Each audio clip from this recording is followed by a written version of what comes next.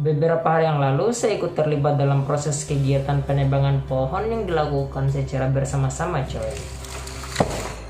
Dan untuk menebang pohon ini nggak boleh sembarangan saudara-saudaraku sekalian. Dalam bangku sekolah kita diajarkan kalau pohon ini mempunyai peranan penting sebagai pemasok oksigen coy.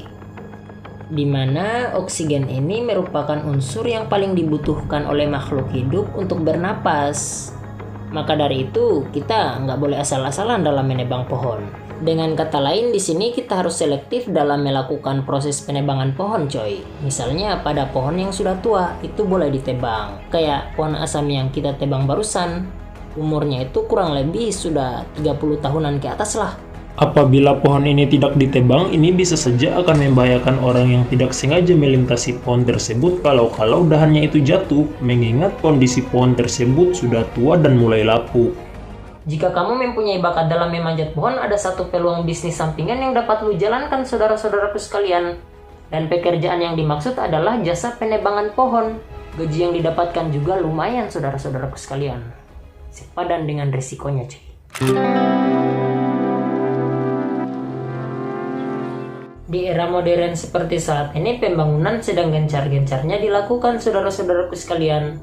Dan untuk merealisasikan pembangunan itu diperlukan sebuah lahan kosong. Dan tidak semua lahan itu kosong coy. Ada berbagai jenis tanaman dan pohon yang tumbuh di atas lahan tersebut.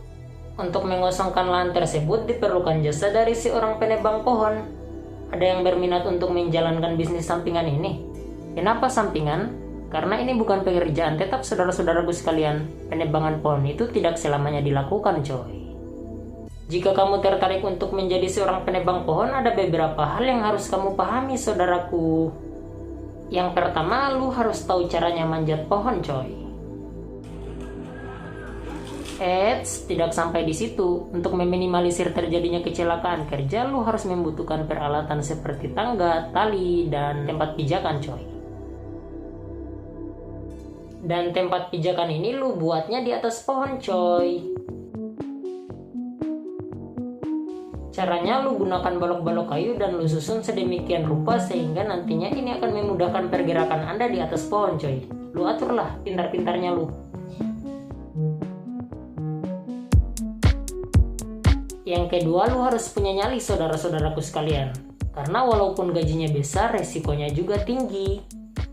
Ya walaupun ini dapat diminimalisir seperti yang sudah dijelaskan pada poin pertama tadi, kalau lu masih ragu-ragu, sebaiknya jangan.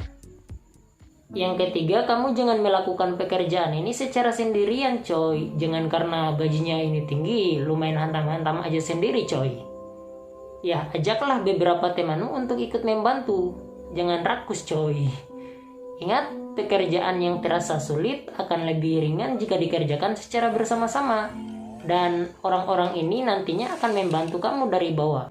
Selain itu, lu harus tahu cara menginstruksikan kepada bawahan-bawahanmu dalam bertindak. Jangan mereka asal main tarik aja cuy, karena semua ini butuh perhitungan.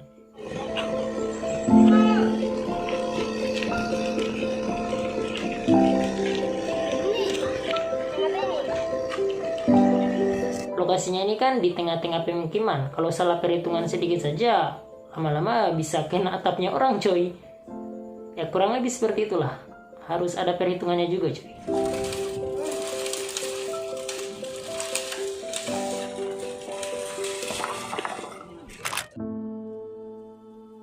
Menebang pohon ini tidak hanya sekedar memotong begitu saja, tapi ada formula-formula khusus yang dapat diterapkan pada proses penebangan pohon ini. Salah satu caranya yaitu dengan memberikan racun pada pohon yang akan dieksekusi. Dan untuk racun pohon ini kamu bisa dapatkan di toko-toko yang menjual bibit tanaman coy. Lalu cara melakukannya bagaimana? Caranya yaitu lu mengupas kulit luar pada bagian dasar batang pohon yang akan dieksekusi secara mengeliling. Kemudian lu taruh dahar racun tersebut pada bagian yang sudah dikupas tadi. Dan biarkan pohon tersebut mati secara perlahan-lahan. Biasanya proses ini memakan waktu sampai 3 bulan. Proses penebangan pohon yang dilakukan dengan cara mematikan pohonnya terlebih dahulu ini cenderung efektif coy. Karena apabila pohonnya telah mati maka bobot dari pohon tersebut cenderung ringan. Karena kadar airnya itu gak ada sama sekali. Otomatis menebangnya juga jauh lebih mudah.